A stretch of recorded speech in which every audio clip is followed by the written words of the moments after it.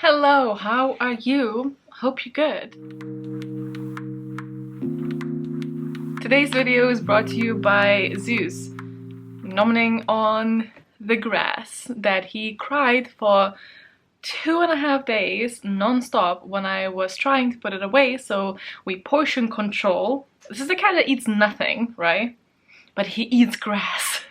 Welcome to another video. I really wanted to do the tier ranking thing ever since it kind of started happening. I am a little bit late to the trend, so when it actually started I wanted it to do it like in a different theme, but I won't. So I wanted to do the tropes again, but I know that a lot of people have already done that, and as far as I could tell, no one really has done bookish villains yet.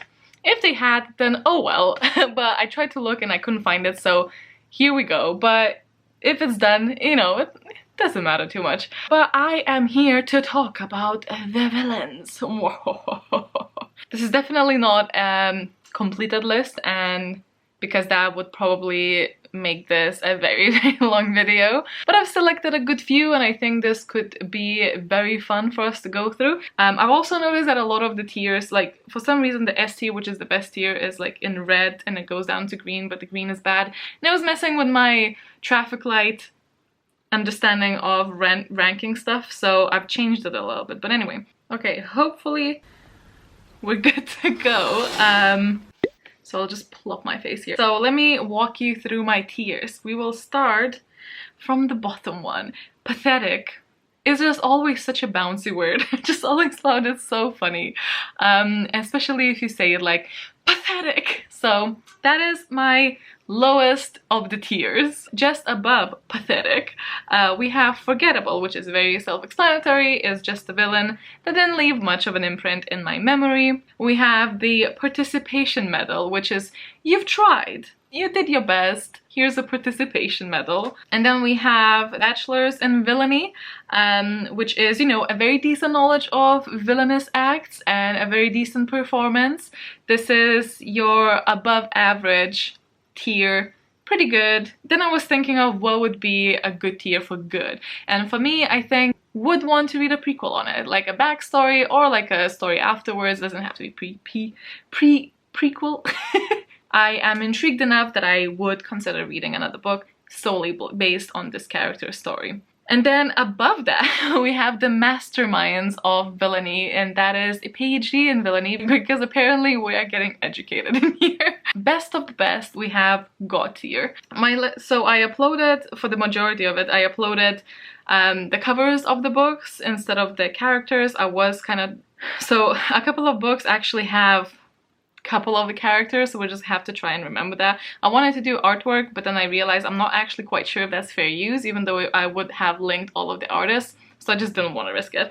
I'm gonna go by my list, so I'm going to jumble this because the pictures don't match up, so it's fine. First and foremost, we have Holland from A Dark Shade of Magic by V.E. Schwab. Holland is your typical broody underdog type of someone more powerful than me, treated me badly for years, and thus now anyone that I will meet in my path I will treat just as badly to show dominance over. If I'm not dominant, then they will be. There's no like in between. I find Holland this very polarizing character that thinks that there's only two roles, and if he doesn't insert himself in the powerful role, he will automatically become the victim. And I like that. I don't mind that kind of villainy, because it is a very easy concept to understand, enough of a color to the character that you actually start feeling sympathy because of the bad past, but you also know that it doesn't justify the way that they're acting currently. So I did actually really like his character, and I found it an interesting story to read about.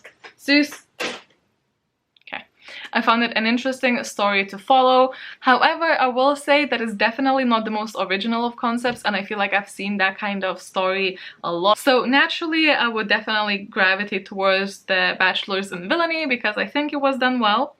But would I read a prequel on him? I think straight after finishing the last book in the trilogy, which was by far my favorite. I'm usually fairly lukewarm around V.E. Schwab's writing, but I absolutely love Conjuring of Light. I think after that I would have. So I'm gonna put Holland in a very high ranking would read a prequel on. Especially since we got glimpses of his backstory, so I know there's stuff to read in. Next up, we have Amarantha. Amarantha is the villain from the Court of Thorns and Roses, and a little bit from Court of Mist and Fury, I think, by Sarah J. Maas. This villain is your typical, really angry, twisted, will torture everyone who comes my way villain, and takes mortals as prisoners and just really has this hatred towards mortals because of a tragic past that involves betrayal and also losing a loved one to this single person that then comes into her mind as a whole race of people, which we love to see that. Anyone who prejudices against a whole group of people because of one interaction they had in the past is an automatic skunk in my head, and we don't like to see that. I think it is a very common construction of a villain, I think, as well. Could not remember much about her. I remember that like she definitely added darkness to the story, and she is very unapologetic and she's just very cruel, and she's very easy to hate. You sometimes want that in a villain. However, quite simply by definition, I have to drop her into a forgettable tier because I legitimately had to ask 3 people I know about this character to remind me exactly what happened. Granted, I have read this years ago, but there's books that I've read even before I read Court of Thorns and Roses on this list, and I didn't struggle remembering those characters. So I'm gonna have to go with forgettable, a little bit sad, but you know. Then I have 2 characters from Mistborn series by Brandon Sanderson. Lord Ruler, singular ruler of all the land. And especially in the first book, we really heavily focus on overthrowing him because his rule is extremely unfair. He is one of those villains who definitely is convinced that he is doing the best he can, and he is genuinely caring about the people in his own twisted ways. He possibly carries more knowledge than others do, and without explaining that to others, obviously, it's one of the characters that there's some depth to it and there's some mystery, which I really like, because you don't know what he knows. You don't know if he's just batshit crazy because he does a lot of things that could point to that direction, and maybe he is. Or if it's something legit, and if there's something else going on that needs to be addressed, as well as, obviously, all of the stupidly unfair things that he lets happen in the actual world.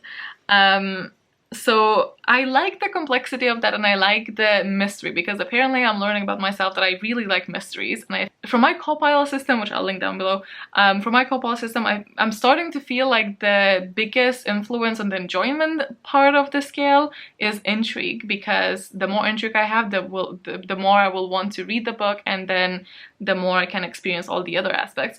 Lord Ruler was a character that gave me that to some extent. I'm gonna put him in would read a prequel.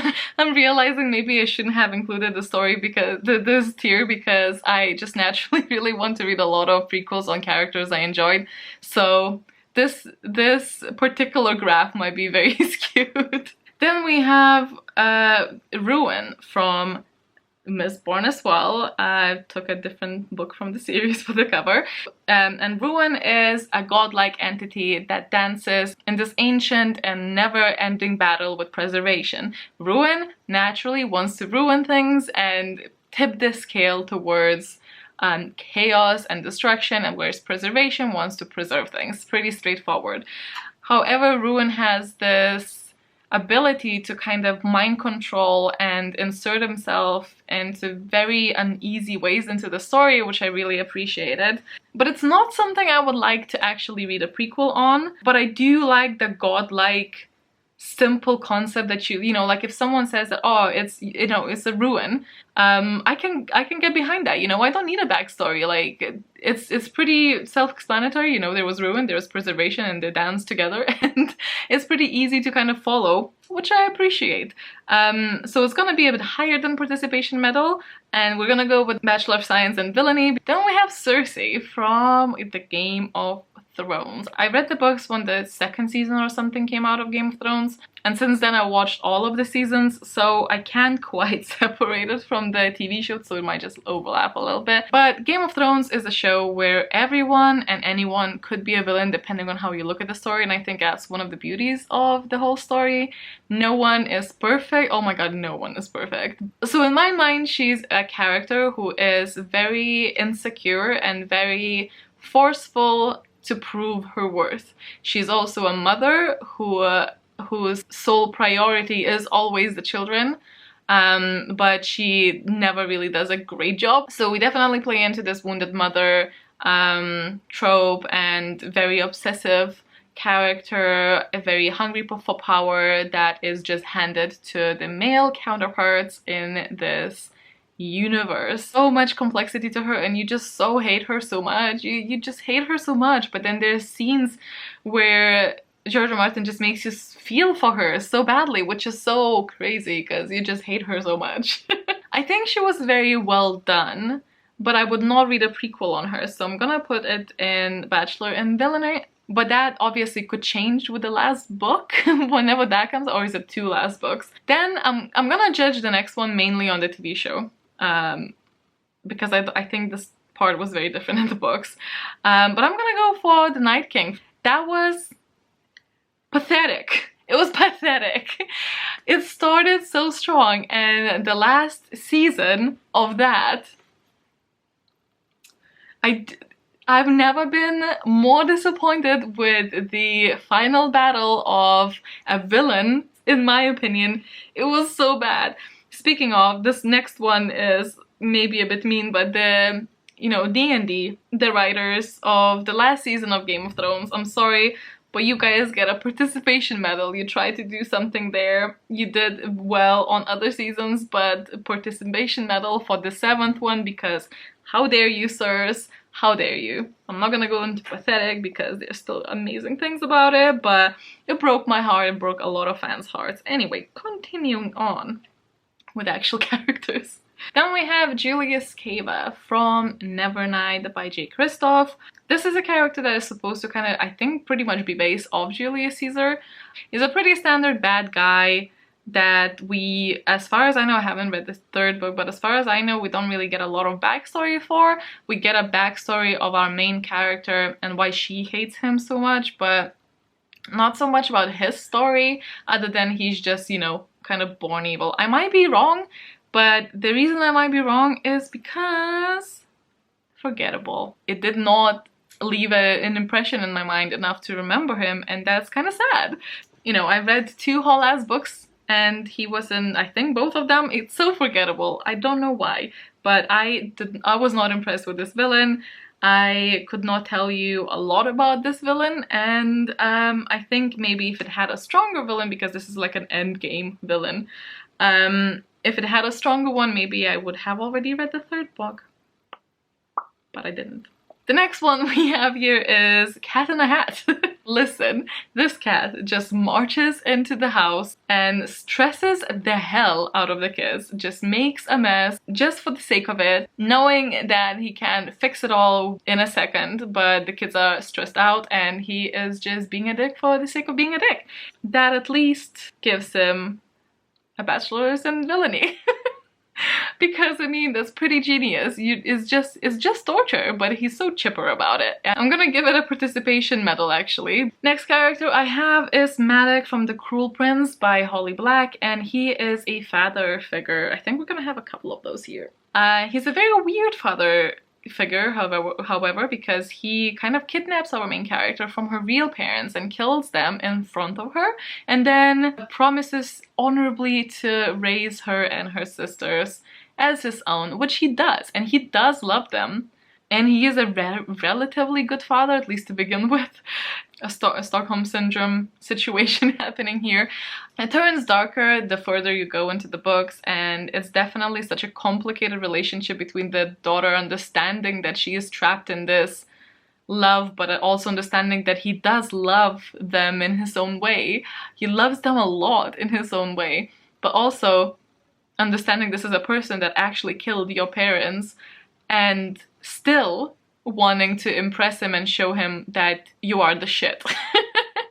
And I like that. I thought it was pretty complex, and I liked the constant conflict. It gave me something to focus on while thinking about the motivation of the main character. So it's a villain that carries through the story in most of the decisions that the main character made, and I think I really like that because it gives the villain more page power even when the villain is not present in there, because it has such an influence to the main character, which makes sense because it's a parental figure.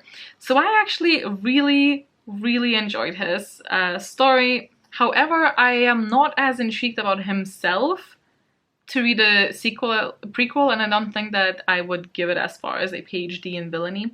We're gonna give him a bachelor's.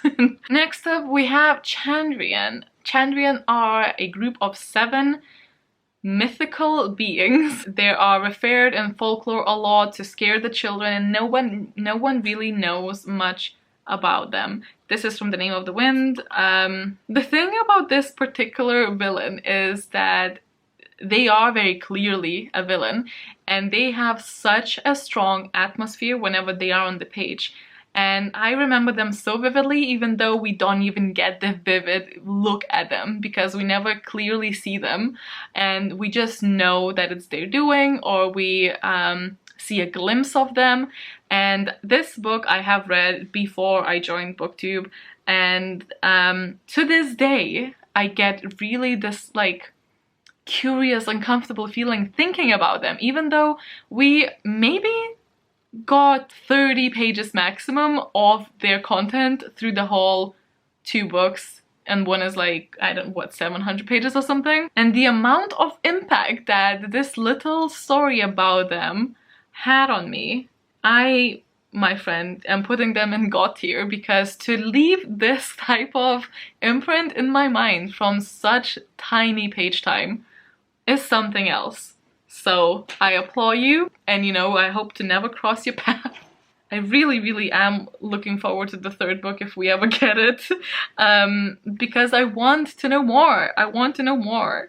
Then we have Ambrose from the same series, who is the spoiled brat that didn't know any hardship throughout his life, and he just sees Quoth, who is very talented in everything. It's an unreliable narrator, so of course he is. And he doesn't like that. He doesn't like to be overshadowed, and he just tries to put every stick in the wheels of Quoth. I cannot stand him. I cannot stand people like him, and I thought it was done pretty well. But it's not a character that I would think a lot afterwards, but it's just one of the ones that like it would really get under your skin. It would be so frustrating. All the stuff he had done to him is so annoying. Then I have a couple of characters from Avatar: The Last Airbender, which is a show but also comics, and Kyoshi is an old novel, so I'm gonna count it as book characters. I have Azula, who is the slow descent into the madness character. She is someone who deeply believed that her mother never loved her and that she's unlovable, and that Zuko, her brother, who is supposed to inherit the throne, has always been preferred even by the mother. She had these little cruel habits or cruel slip-ups in her childhood because she is raised in the Fire Nation, where everything is kind of normalized, and the mother really didn't take to that, and would you know, say that, but she would say that out of love, and Azula just didn't see it like that, and that really affected her. That really followed her through the whole adulthood, and well, she's not really an adult, I guess, but teenage years, and her motivation to prove herself better than Zuko, who got all the love from the mother, and by doing that, pushing everyone away and thinking, why am I not lovable? It's a very good character, and I'm putting it in God tier. If you have not watched Avatar yet, I would so highly recommend it. I watched it when I was in school, which is a big throwback, and I rewatch it every single year.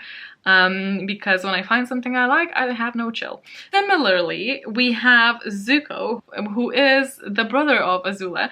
Zuko, however, has the best redemption, like one of the best redemption arcs I have ever seen. It's a redemption arc where someone doesn't deny what they have done. It was more about evolving into a different person, but that doesn't write off all the bad stuff he's done.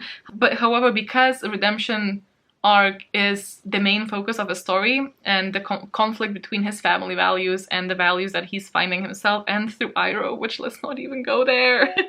I love him so much. Because of that, I don't really like, I almost didn't include him here, but his villainous past, I guess, like is a big part of it.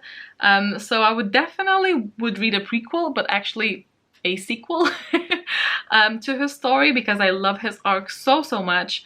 But as villains go, he didn't do that well at being a villain, to be honest, so I'm gonna put him there, but like story-wise, mwah. Then I have homunculi, who are the realizations of 7 deadly sins from Full Metal Alchemist, which is a manga, and there are 2 adaptations. Love that. Again, it's complex enough that you can create each homunculi into quite a different character with their own plot lines. But you already have this a very sinister and very familiar concept of sins. You know, greed, gluttony, and lust, and that really helps you to form it already in your mind, and then the exaggeration of that through these creatures I thought was very interesting, and I am gonna go for a PhD in villainy because I just really appreciated them in the stories, and I know they weren't the main focus, so maybe it's a bit cheeky for me to put them there, but they was such a good addition to the story, and I think the story would be so different without them. And I just really like taking this already sinister, obviously, because it's from Sins, already kind of evilish concept, and turning into characters that help you develop the whole story, and just making it super grim. I just really liked it, so I would like to see more of that in books, I think. Clearly I'm lacking the demonic stuff in my villain list here. Gassan from City of Brass. Gassan is the father of one of the main characters in City of Brass, and he's also the ruler of City of Brass. And he is liked by a lot of people, but also disliked because of his kind of prejudice rule. Because we kind of live in the palace, we get to know him and his reasoning a little bit better, and we also get to see his softer side when it comes to his family. However, is so unbudging, you know, the rule and the responsibility he has for the country, that he's a interesting character because you have some sympathy for him, but then it's also hard to read about him because he just does things so cruelly. But I wasn't too impressed, to be honest, and I know maybe he's not supposed to be a villain, but I couldn't really think of anyone else there.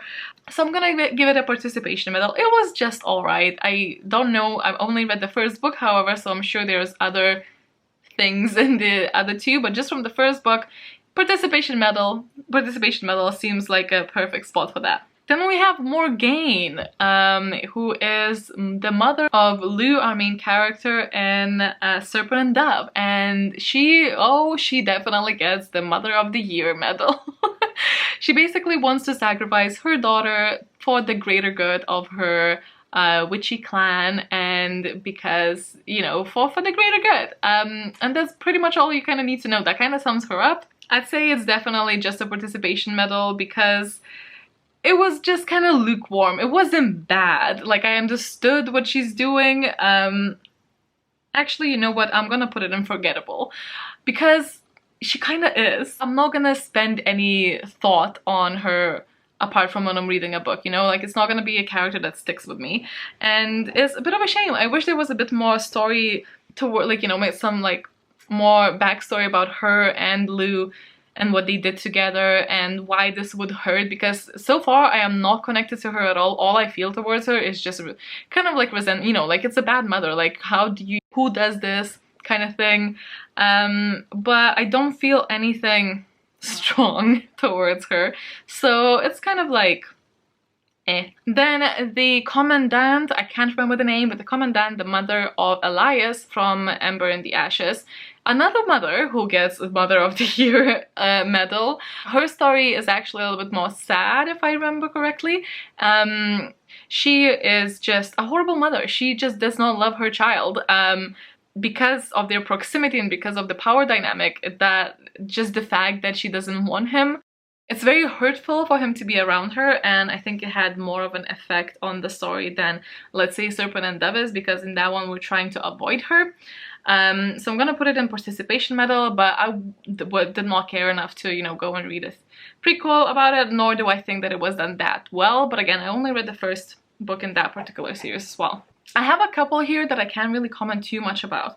So, for example, we have Krell from Skyward. In Skyward, Krell are the creatures that attack the base from the sky, and they are obviously the enemy. But in the second one we actually learn, and actually at the very end of the first book and in the second book, we learn more about the Krell and more about who they are and what they want. But because I don't want to spoil you, I obviously not gonna talk too much about it. But I thought that it was pretty interesting, and I'm gonna put it in, would read a prequel for it. Because actually that would be a pretty cool story. Then from Side by Neil Shusterman, we have Side Goddard, who is just this absolute bully. He's just your normal, very much messed up guy who would like to injure people and kill people, and he lives in a climate where he can do that and actually be praised, because that is literally his new job.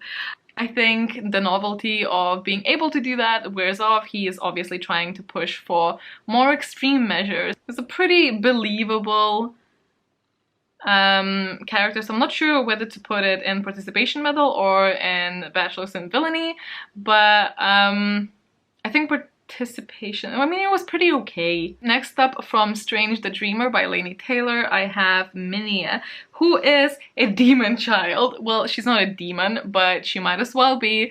It's a child. It's inherently creepy, in my opinion, so they already have villain points for that.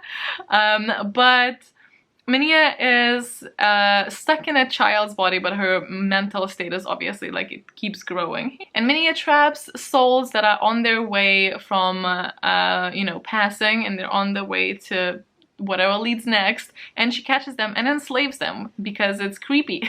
And she has a very terrifying backstory that actually lacks some details that we figure out later on that make it a bit more sinister than it started off. I really like this character. I thought it was intimidating and scary and messed up, especially because it's through a child's body. So I'm gonna actually put it in a PhD in Villainy because I thought it was very well done. Now, I don't actually know the names of them and I couldn't find them, but the Other, I'm just gonna call them the Other, from Sleeping Giants. So Sleeping Giants is where you find this massive metal arm from materials unknown from Earth, and then find other parts of the body, and you get a giant metal machine. And those machines came from somewhere, and I'm gonna call that somewhere the Other. I don't want to say too much here, so I'm just gonna say that the reasoning behind their actions is what made me actually add them here, because I really like that. Would happily read a prequel on them. Yes, I really like them. I don't know, it's kind of like morally gray more so than a villain, so it's kind of hard to rank, but it's definitely on the upper scale. Then I have Faye from The Call. The Call is a terrifying book featuring a disabled main character as well, and the Fae is this other land in Ireland, and the Fae just play with human bodies. They morph them into things, and they play with them, and they torture them, and they scoop their body like if it's made of soft cheese, which is a sentence that has forever stuck in my brain. I think I read this in like 2016, and it still gives me the GBGB. So I think they were done really well. I think they were nightmare material, you know, like nightmare fuel. I don't think they have like the best of like backstories, but they carried enough in other aspects of that story. I think that they deserve to be in that tier. Then, possibly unpopular opinion, but Goldilocks is a villain. Broke and entered their house, started eating their food, left around, and just literally did whatever the hell she wanted, and it just does not sit with me. Goldilocks is the villain, and I'm gonna put and I think she has a degree in it because she managed to twist it around so they would help her because she's so manipulative. Then we have Lilith from A Curse So Dark and Lonely, who the book I absolutely love, but Lilith was a little bit lackluster for me because she is extremely strong and she's cruel, and whenever she is in the scene, she's so manipulative and she's so horrible. She does really add to the story, but I don't know what her motives are. Because of her manipulative side of things, I will put it in participation medal, but it is verging on forgettable because I really am. She needs to pull through, but so far it's only in participation medal, but I really hope it's gonna go higher because it's such a wasted opportunity, I feel, unless, you know, there's something in the work for us there. And then last but not least, we have Aiden, an artificial intelligence that bases its morality based on calculations and numbers, and I love it. The first book in the series, Illuminate, I thought Aiden's performance was amazing, and this is another villain, you know, like I'm using the word villain loosely here, but this is another villain that really honestly thought that they were doing the best they can and that they are doing something that's right. And I'm gonna put it in, could go into God Tier actually. I'm gonna put it on God Tier. That thing was goosebump worthy when I read it. Maybe I need to reread it. Maybe enough time like passed now so I can't remember it. It was just the manipulation, the plot twists, all of that. It was just really good. I really enjoyed it. This is the finished product and it's taken me so long. I hope that I can shorten this a little bit for you guys. This is obviously all super subjective and also just kind of for fun, so keep that in mind. But if you do disagree with me, let me know. Which one would you rank higher or lower? What's on your God Tier of Villains list? Hope you guys enjoyed it. I would love to do this again. If you know what other things you would like me to rank tier, rank tier, let me know. I'll speak to you down in the comments. I hope you guys are having a wonderful day, and yeah, stay awesome, stay kind, and I'll speak to you later. Bye.